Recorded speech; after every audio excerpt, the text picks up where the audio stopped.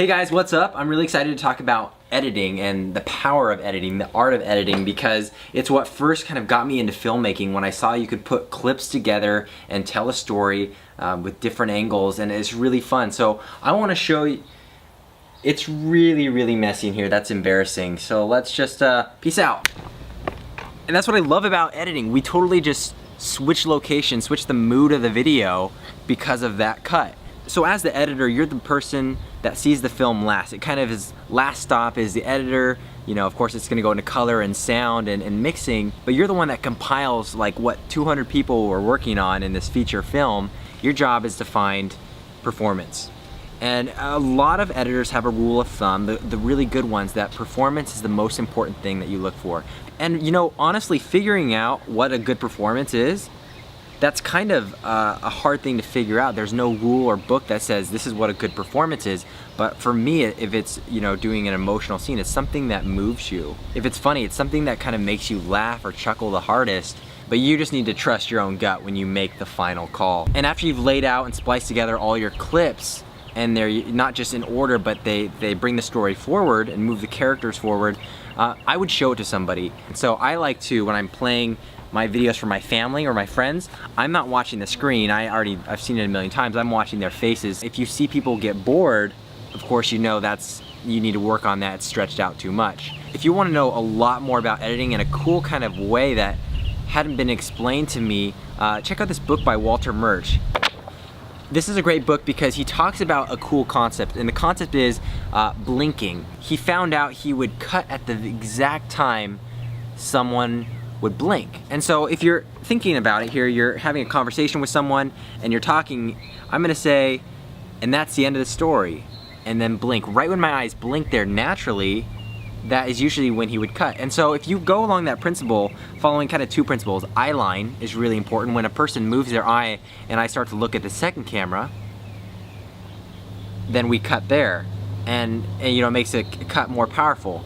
Notice this, if I go ahead and blink, it's like that phrase was finished, and it brings you back to this camera. So look at that in your own videos. Blinking is a great place to cut. It's not always like you have to cut when someone blinks. That's not what it's about. It's kind of helping you if you can't see where the phrase is. And so that's the second thing you need to work on is your pacing. So first is performance, and then you go to the tempo and the pacing, figuring out if it's an action scene. You know, the Bourne Ultimatum has cut, shot, because it's action, it's high intensity. You know, there's a lot going on. We want to see, you're looking back and is someone chasing you, or if you're running forward and we want to see your feet, we want to know what's going on around you. You know, you hit somebody, you're gonna see their reaction. What I like to do is, especially when we're going from a stationary shot to a moving shot, cut during the action, like a dramatic action. So for example, so you can see cutting between those two cameras with that dramatic motion right as the cut point, it really helped. The third final thing that I think is really important for an editor to understand is to actually take breaks. Get away from your work, go outside for a walk is what I like to do. With a fresh mind, I get to kind of come back and be like, oh, what was I thinking?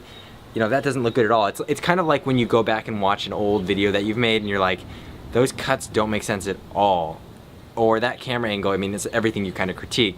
But especially the editing for me is something, is there a bee on my head? Weird. Okay, there actually was a bee, but anyway. So make sure you take adequate breaks from your editing and really, you know, step away, clear vision when you come back and watch it. Maybe you put it away for a couple days if you can. If you're under a tight deadline, that's hard to do. But again, it's something I've really learned. So the three things, performance. You gotta pick the performance that moves the story forward. And then the second thing is figuring out the tempo. The timing, is it's fast, it's slower, and it's not just fast and slow, there's so many in-betweens. It's really pacing your film. And then the third thing, take breaks, step back, show people, but also for yourself, just refresh and then watch again. So, you know, those are a couple tips for editing. As far as the technical editing, we've got a lot of tutorials that can teach you, a lot of free stuff and a couple paid courses, so you can check those out. Again, you can go to kingfilmschool.com, and under the resources page you can see more about how to edit, the actual technical terms. I mean, there's hours and hours of stuff we could talk about.